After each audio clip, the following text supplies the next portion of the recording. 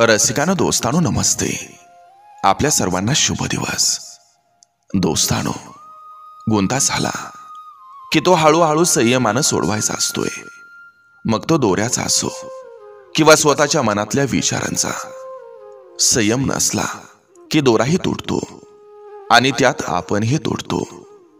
जेव्हा सगळं संपून गेले असं आपल्याला वाटतं, तीच खरी वेळ असते नवीन काहीतरी सुरू करण्याची. दोस्तानो, पैशानं आपण आनंदाची साधनं विकत घेऊ शकतो, परंतु आनंद मात्र कधीच विकत घेऊ शकत नाही. आपल्याला माहितीये सगळं महागले, परंतु काडी पेटी मात्र अजून रुपयावर ठाम आहे. कारण आग लावणाऱ्यांची किंमत कधीच वाढत नसते, हे लक्षात घ्या. आणि हो, काडीची तर राखच होते, पण माचीस मात्र तसंच खंबीर दीपस्तंभासारखं राहतं. ज्या गोष्टी तुम्हाला आव्हान देतात, करतात, त्याच गोष्टी नक्कीच तुमच्यात बदल घडवू शकतात. विश्वास आणि आशीर्वाद हे कधीच दिसत नाहीत, पण ते एकत्र आलं तर अशक्य गोष्टीही शक्य होत असतात.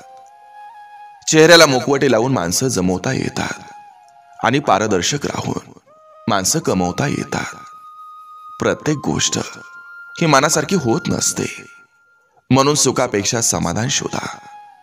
आयुष्य खूप आनंदात जाईल. चेक असो किंवा विश्वास, गरजेच्या वेळी बाउन्स झाला की नात्या व्यवहाराला किंमत राहते, नात्या नात्याला. दोस्तानो, स्वतः काहीतरी बनण्यासाठी आधी इतरांची मोजमाप करणं हे सोडावं लागतं. तरच आपली प्रगती करायला आपल्याला मार्ग मिळत असतो आणि वेळ मिळत असतोय. नक्की विचार करा. चला, आजही आपल्यासाठी सुंदर विचारांची ही शिदोरी, ही मालिका अशीच पुढे घेऊन आलोय. चला, करूया सुरुवात सुंदर विचारांना, सुंदर सुविचारांना.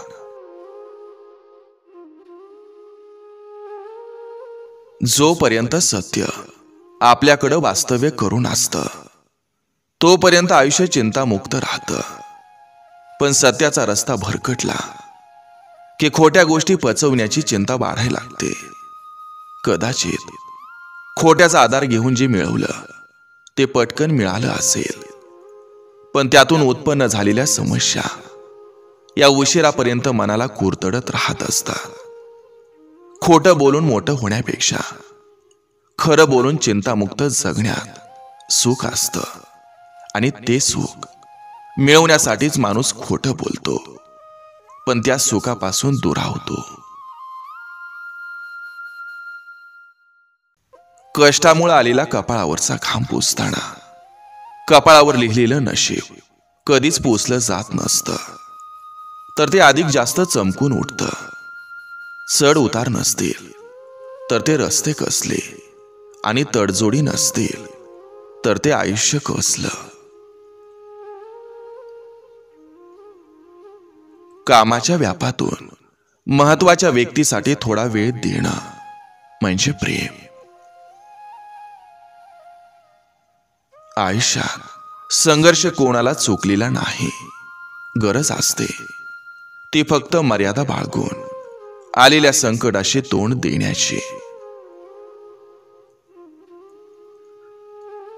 आयुष्य म्हणजे मनाविरुद्ध घडणाऱ्या गोष्टींना सहन करून नव्यानं जगणं.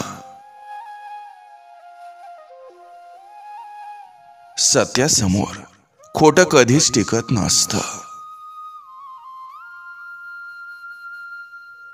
कधी कधी आयुष्याचं काही खेळ हे जिंकून सुद्धा हारावं लागत असतात एखाद्याच्या आनंदासाठी.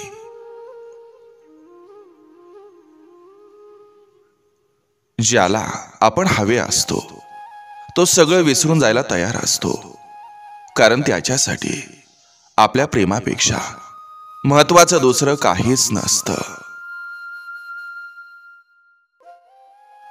आबोला खूप काही बोलून जातो, तो कानानं नाही तर मनानं ऐकावा लागतो.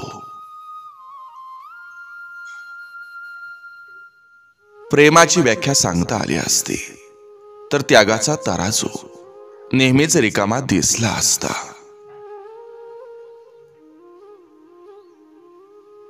आयुष्यातलं सगळ्यात मोठं सुख आपल्या आवडत्या व्यक्तीसोबत वेळ घालवणं. आळसाचं दुसरं नाव रविवार आणि अन्यायाचं दुसरं नाव सोमवार. प्रेमात एक हट्टी असेल तर दुसरा समजदार असला पाहिजे. तोंड वर करून दुसऱ्यावर टीका करण्यापेक्षा आधी स्वतः किती पाण्यात आहोत हे पाहिलं पाहिजे. असत्याची झेप कितीही वेगवान असो, शेवटपर्यंत टिकतं ते फक्त सत्य. रागावणारे सहज भेटत असतात, पण मनवणारे सहसा भेटत नाहीत. आपलं सगळं काही चांगलं चाललं की सावध राहावं. नातं तुटताना होणाऱ्या वेदनेपेक्षा नातं जोडताना गुंतवलेल्या भावना या जास्त महत्वाच्या असतात. कारण जेव्हा भावना दुखावतात तेव्हाच तर वेदना जन्म घेतात. रविवारची सुट्टी तर लहानपणी असायची. आजकालच्या रविवारी सोमवारचं टेन्शन असतं. अचानक कोणामध्ये असा जीव अडकून जातो की पुन्हा जगणं पण अवघड होतं. अनुभवाच्या गोष्टी दोनच लोक सांगतात, वयानं जास्त असलेले आणि लहान वयात वाईट दिवस अनुभवलेले.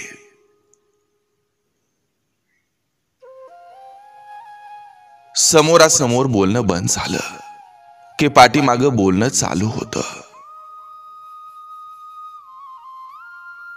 सध्या खोट्याला भाव मिळायला लागला आहे, कारण खरं परवडत नाही सगळ्यांना. स्वतःचा मोठेपणा सांगायचा नसतो, कारण सद्गुणांचा सुगंध हा दुरूनही येत असतो. कधीच कोणाची परत येण्याची वाट पाहू नका, कारण ती लोक हरवलेली नसतात तर बदललेली असतात.